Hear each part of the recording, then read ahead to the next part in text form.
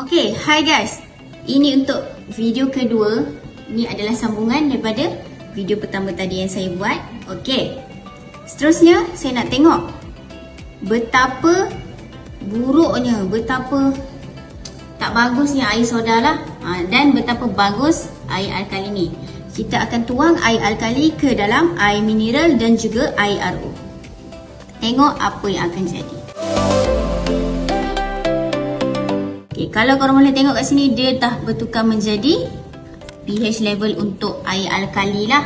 Tapi kita tengok macam mana akan berlaku kalau kita tuang ke air soda. Kalau korang boleh tengok, air soda sangat kuat dan sangat tak bagus lah. Dia dah bertukar menjadi asid. Dia memang sepenuhnya asid. Kalau saya tuang ke air RO dan air mineral, apa yang akan jadi? Okay, kalau korang boleh tengok, dia bertukar menjadi acidic.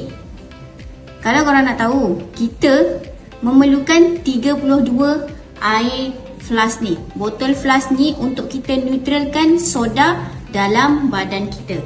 So, korang kena kurang-kurangkanlah minum air soda. Tapi, kalau korang nak juga minum air soda, korang kena dapatkan flask Uniwave air beralkali ni. Kita jumpa di demo yang seterusnya. Bye-bye.